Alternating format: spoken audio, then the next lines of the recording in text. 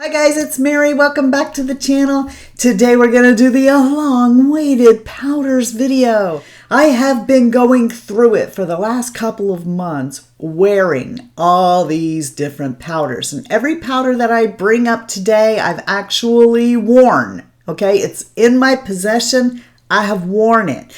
And that's a lot of powder. So what I have decided to do is narrow each thing down to the top two. My top two, and give a few honorable mentions. And we have two types of powder, loose and pressed, which I used to think were the same thing. One was just more convenient to take with you than the other. If you're a dry skin gal, you might want to be careful with a loose powder, because loose powders are really finely milled and they are just so lightweight that they will jump right into and have a party in your wrinkles. If you're a retin-A girl and you got patchy dryness going on, you probably don't want to be slathering a loose powder all over your face. Well, you would be better suited for a pressed powder. Oily skin people, when they wear pressed powders, for the most part, tend to deal with cakiness and stuff with that. So as you can see, your skin type and your age is going to play a big role in what you do with powders. What you did when you were younger with powders is not necessarily going to work now. And a lot of people say a mature woman probably should steer clear of powders in general. I myself, even until this video and going through the gamut with all these powders, didn't really set my makeup with a powder. What I would typically do is, when I was putting on my foundation, I would take my damp beauty sponge and spray it with Fix Plus or a setting spray, and then take that and go in with my foundation to set it. So I never really needed to use anything to set my makeup. You could also go with a self-setting foundation and skip powder. And I think Marc Jacobs has a new one out. Bare Minerals has one. Not their powder, but they have a liquid foundation that's one. Makeup Forever has one. Telling powders apart is a lot in the name itself. A setting powder then is a powder that sets your makeup, so it will lock it in place after you have got it on. So a finishing powder is a powder that typically creates some kind of an effect, and that effect usually is the blurring or softening of pores, fine lines, and wrinkles. Finishing powders are not meant to absorb oil, and they're not good for locking down your foundation. Both come in loose and pressed versions, and the companies themselves confuse you. A lot of times you may go to a company's website and read the description of a powder and then say to yourself, that doesn't seem like it's a setting powder to me. That seems like a finishing powder, but the company has said it's a finishing powder or it's a setting powder. And I have several powders here that I actually talked to the company to find out. The companies that I contacted were Lancôme, YSL, I talked to Beautylish about ByTerry, and La Mer. When I contacted Lancôme about this powder here, which we'll talk about in a little bit, I'm like, why are you calling this a setting powder? Actually, you're being kind of two-faced about this. You're saying that on the one hand, this is a finishing powder. On the other hand, this is a setting powder. I've read both. Which is it? Because to me, I don't use this as a setting powder. This is a finishing powder. I'll show you why in a little bit. Favorite high-end loose setting powders. My number 2 spot goes to BECCA. I felt like my honorable mentions in this category were pretty much as good as the top 2 that I chose. But what wowed me over and made me decide these are the 2 I will continue to buy is packaging. The reason that I don't like loose powder, and I would say a lot of people don't, is the mess.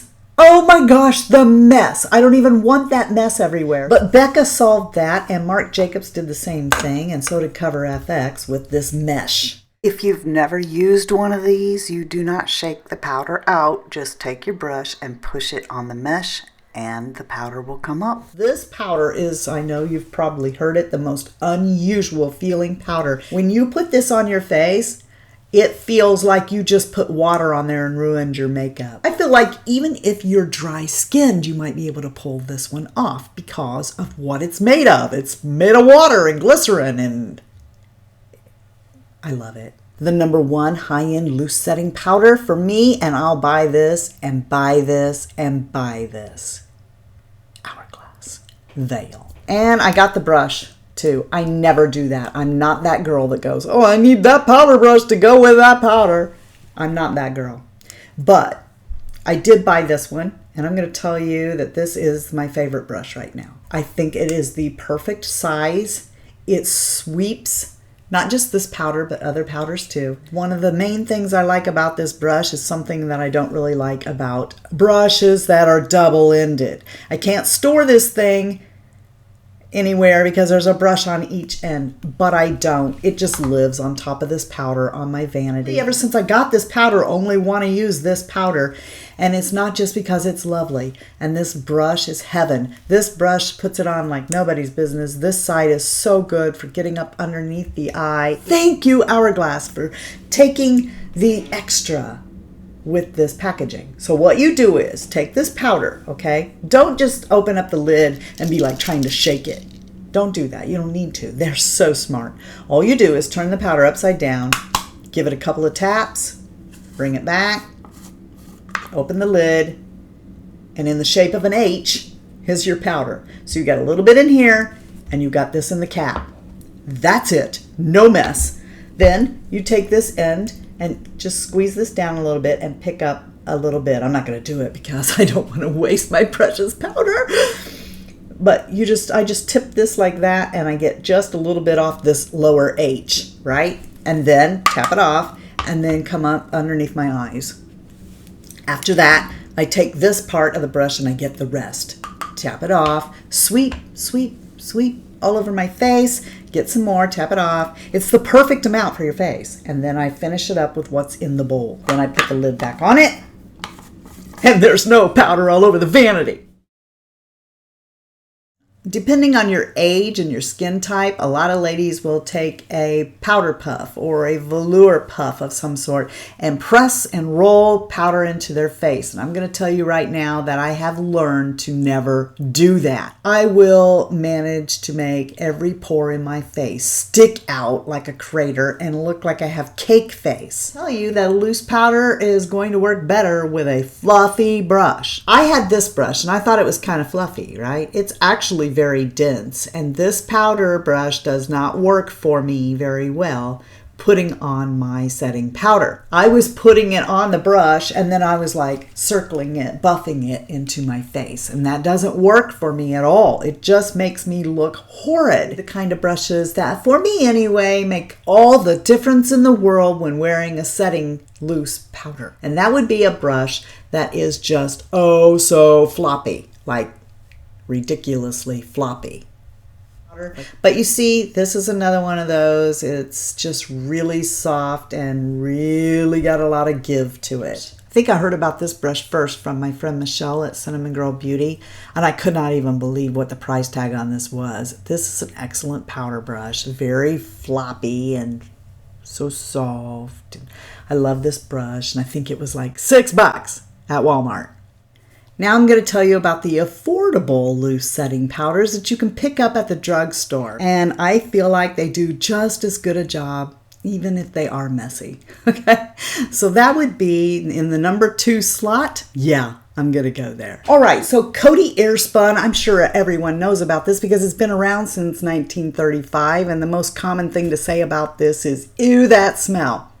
And it is very strong, and it smells, I'm not going to say it smells like an old lady because that's not nice. I'm not going to say it smells like my grandmother because my grandmother never smelled like this. What I'm going to say is it smells like a 1935 perfume. I have grown to actually like over the years. It reminds me of sitting at my vanity, 20 years old, silly little girl, and all my silly little thoughts. It comes with this powder puff on the inside. I used this powder puff when I was young. I would not use this powder puff today. So I'm probably always going to have one of these. Now, if the smell bothers you, they do have it in unscented, although you may have to go online to find that. At the top of my list for affordable loose setting powders is a powder that's actually called a finishing powder, and that would be the Maybelline Fit Me. And this powder reminds me of a powder I used to have a long time ago and don't have anymore, and that would be my Chanel powder. That powder fell on the ground. That was a day. I think that this is the best powder at the drugstore. I use it to set and to finish. I love this powder. I'm not really sure that you can beat this. I just don't think so. Now we're going to talk about my two all-time favorite pressed high-end powders. And in the number 2 slot would be the Lancôme Dual Intensity powder. This powder is super nice. It has a compact with a really nice size mirror. It's called Dual Intensity because you can actually wear this wet or dry as a foundation or just a powder. It comes with both a powder sponge that you can get wet and use as a foundation, or this little puff, which is, this is how I use it, to just touch up your face. Or you could, you know, if you were so inclined and it works for you, you could use this as a setting powder. And you guys probably already know who's going to get number 1, Charlotte Tilbury with her very, very, very, very, very finely milled powder. She wants you to use a brush, which for me rules out taking this powder on the go. But oh my gosh, there, that's all you needed to do. If you try to attack this thing with a brush, it's going to go everywhere. But this is my number 1. And the only criticism I have is there's no puff. I want to take it on the go. But maybe she knows that you wouldn't really take this on the go because if you dropped this, you would cry for the rest of your life. It's so expensive. Now for the affordable compacts, my number 2 slot goes to Flower Beauty with their Light Illusion powder. This powder I found to be absolutely beautiful. It comes with a little sponge if you want to apply it that way. I don't. In the bottom is a little mirror. I've never understood why they do this at the drugstore. Why don't you put your mirror here? Okay. Why are you making me do that? Why are you making me like get this, get that, put the... Just put a mirror there. I love the formula of this. It's very lightweight. This is a little more expensive than a lot of the powders at the drugstore, but it gets my number 2 slot, even if I am mad at them right now. See, that shows you. I am not one of those people. All right? I'm mad at you. I'm not going to give you credit. And the number 1 for me goes to L'Oreal True Match. And oh, this stuff feels so creamy. I love it. Again, in the bottom, if you pull down, comes a little sponge, which I never use. I mean, I always try it and then go, nope, not a good idea. I need a brush. And the mirror on this one's really weird. So they want you to like turn it this way. I don't know why they do that. Now we come to the part where I live and have for a long time. Even when I didn't wear any setting powder, I lived here. And that would be finishing powder.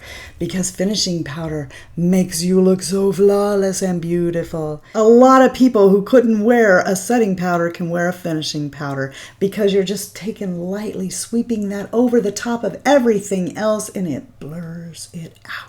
My number 2 slot, and it's going to come as a surprise to most of you, and you're going to say, what? And this is why I told some of you, please hold off on buying this powder until I do this video, and that would be the Lancôme. Lancôme Absolue. Oh my goodness, I love this powder. Let me show you some clips I was able to get, and you're going to think, I would never put that on my face. But it melts into your skin and gives you this beautiful finish. The number 1 slot goes to YSL. YSL is the only brand that I think has really steadily been able to beat Lancôme for me. I don't think I've met a YSL product that I don't like yet. So this one also comes in a few different shades. I picked the one that's pink. It is my finishing powder today. Love this stuff. They call it Souffle. I get why. Favorite pressed finishing powders.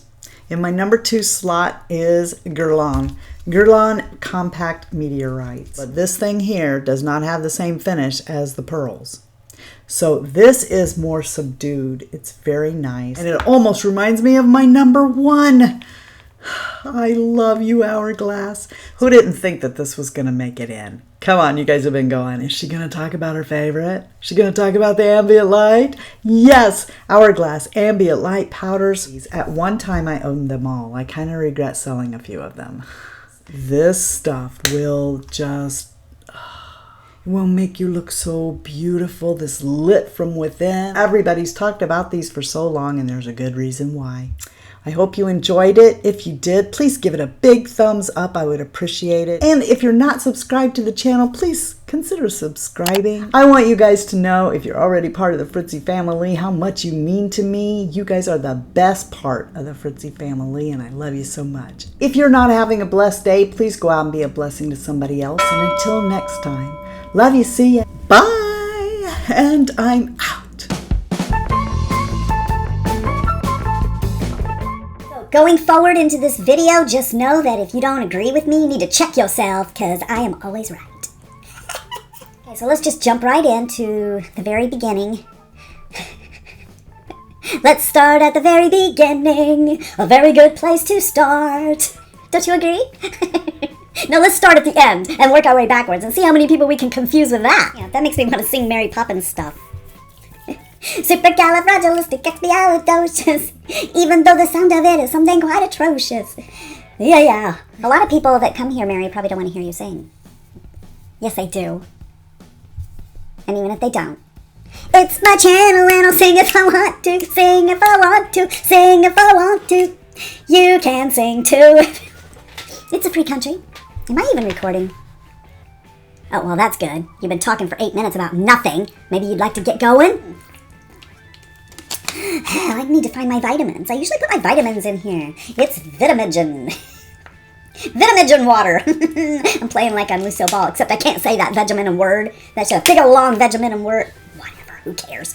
Somehow, they have little fairies that somehow managed to figure out how to spin air in there so you can wear air on your face. So when jumping on the powder train, can you imagine a train that actually was full of powder going down the road? You'd be like, is that smoke? Or is that powder?